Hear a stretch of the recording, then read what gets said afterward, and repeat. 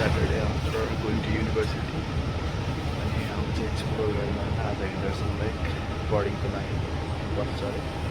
एउटा बस चाहिँ मिल्दैछ र अब युनिभर्सिटी पास पाइसक्यो अब जति बस चढ्यो हुन्छ अनि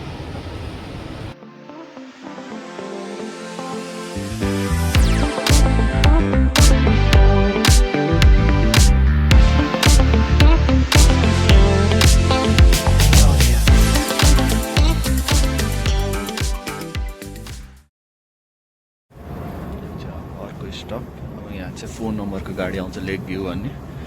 त्यहाँ टाइम दिएको छ एपमा नै हेर्नु मिल्छ अब कुन चाहिँ गाडी कति बजे आउँछ भनेर होइन लाइभ लोकेसन सबै हेर्नु मिल्छ यहाँ आउँछ अनि यहाँ चढेर अब हेन्डरसन लेक चढ्छ यसमा चाहिँ यो बटन हुन्छ या त यो यो डोरी हुन्छ नि तान्यो भने चाहिँ स्टप कहाँ हो त्यो स्टपभन्दा एक स्टप अगाडि चाहिँ यो तानेर रोक्यो भने चाहिँ अर्को स्टपमा ट्याक्कै रोकिदिन्छ त्यो भनिरहनु पर्दैन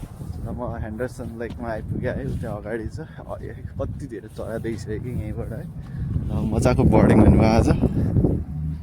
वेदर पनि ठिकै छ भने त्यस्तो घाम लागेको छैन अलिअलि विन्डी छ त्यहाँ अगाडि त्यो चाहिँ लेक हो हेन्डरसन यहाँ हेन्डरसन लेक जाने बाटोमा चाहिँ पुरै डियरहरू चढिरहेछ क्या अगाडि कस्तो नर्मल क्या होइन मान्छेहरू यहीँ छ डियरहरू चढिरहेछ केही थ्रेटै छैन उनीहरूलाई यो व्हाइट टेल डियरहरू फिमेलहरू छ यहाँ अगाडि यो चढिरहेको हेरौँ के गर्छ नजिक गयो भने हेरिरहेछ मलाई भाग्दैन जाने यो चाहिँ हेन्डरसन लेक भन्ने ठाउँ हेर्नु त कति धेरै यो सब हाँसहरू हो कि यहाँ है यस्तो चिसोमा पनि बसिरहेछ मलाडहरू छ क्यानाडा गुजहरू छ सबै यहीँ जम्या छ त्यही पनि यहीँ नजिकै बसिरहेछ यो त कति धेरै यहाँ त हजारवटा चरा छ है सबै यो मलाड क्यानाडा गेज अनि कुटहरू थुप्रै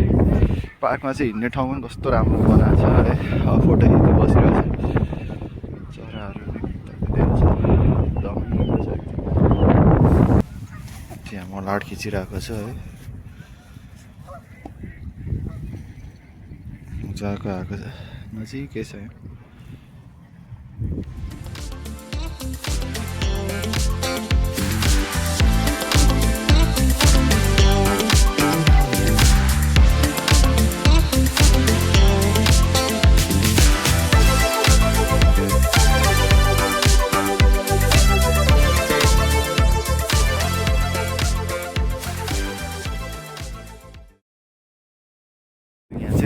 फ्लोटेसन डकहरू बनाएको छ अब यो फिसिङ गर्नु उता गएर हेर्नलाई बनाउला